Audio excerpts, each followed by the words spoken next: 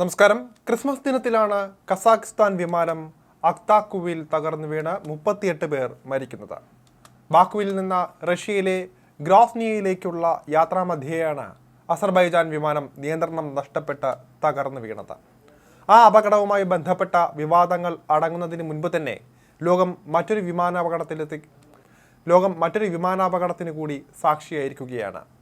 ബാങ്കോക്കിൽ നിന്ന് 175 യാത്രക്കാരും 6 ജീവനക്കാരുമായി പുറപ്പെട്ട ജെജു എയർ വിമാനമായ 7C2216 ആണ് ദക്ഷിണ കൊറിയയിലെ മുവാൻ അന്താരാഷ്ട്ര വിമാനത്താവളത്തിൽ ലാൻഡിങ്ങിനിടെ അപകടത്തിൽപ്പെട്ടത്. മരണസംഖ്യ ഉയർന്നുകൊണ്ടിരിക്കുകയാണ്. 100-ലേറെ പേരുടെ മരണമാണ് അപകടം നടന്ന ആദ്യഘട്ടത്തിൽ തന്നെ സ്ഥിരീകരിച്ചിരുന്നത്. പ്രാദേശിക സമയം രാവിലെ 9 മണിയോടെയായിരുന്നു അപകടം.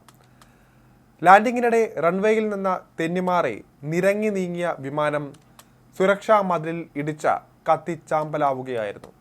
പ്രാദേശിക മാധ്യമങ്ങൾ പങ്കുവച്ച ദൃശ്യങ്ങളിൽ വിമാനം ലാൻഡിംഗ് ഗിയർ ഇല്ലാതെ റൺവേയിലൂടെ തെന്നി നീങ്ങുന്നതും മതിലിൽ ഇടിച്ച് പൊട്ടിത്തെറിച്ച തീഗോളമാകുന്നതും കാണാൻ സാധിക്കുന്നതാണ്.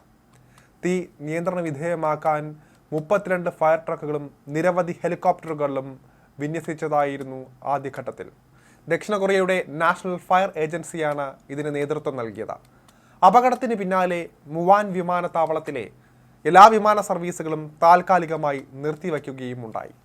വിമാനത്തിലെ യാത്രക്കാരിൽ 173 പേരും ദക്ഷിണ കൊറിയൻ പൗരന്മാരാണ്. 2 പേർ തായ്ലൻഡ് സ്വദേശികളും.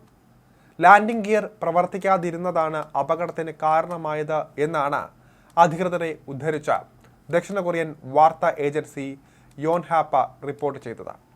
വിമാനത്തിന്റെ ലാൻഡിംഗ് ഗിയറിലുണ്ടായ തകരാർ കാരണം വിമാനം ഇടിച്ചിറക്കുകയായിരുന്നുവെന്നാണ് പ്രാഥമിക വിവരം. ലാൻഡ് ചെയ്യാനുള്ള ആദ്യ ശ്രമം പരാജയപ്പെട്ട ശേഷം 2ാം ശ്രമത്തിലാണ് വിമാനം അപകടത്തിൽപ്പെടുന്നത്. ഈ ലാൻഡിംഗ് ശ്രമത്തിൽ വിമാനത്തിന്റെ വേഗത കുറയ്ക്കുന്നതിൽ പൈലറ്റ് പരാജയപ്പെടുകയായിരുന്നു. ഇതോടെയാണ് റൺവേയുടെ അറ്റം വരെ വിമാനം സഞ്ചരിക്കുകയും മതിലിൽ ഇടിക്കുകയും ചെയ്തത്. ലാൻഡിങ്ങിനിടെ പക്ഷി വന്നിടിച്ചതാകാം ലാൻഡിംഗ് ഗിയർ തകരാറിലാകാൻ കാരണമെന്നാണ് വിലയിരുത്തലുകൾ ഉണ്ടായിരിക്കുന്നത്. ആദ്യഘട്ടത്തിൽ അപകടത്തിന്റെ കാരണം സംബന്ധിച്ച ഔദ്യോഗിക പ്രഖ്യാപനം അടുത്തായി തന്നെ വരേണ്ടതുണ്ട്. പ്രതികൂല കാലാവസ്ഥയും കാരണമായി പറയപ്പെടുന്നുണ്ട്. മുവാൻ ഫയർ സ്റ്റേഷൻ മേധാവി ലീ ജിയോങ് ഹ്യൂൻ അറിയിച്ച കാര്യങ്ങളാണ് ഇത്.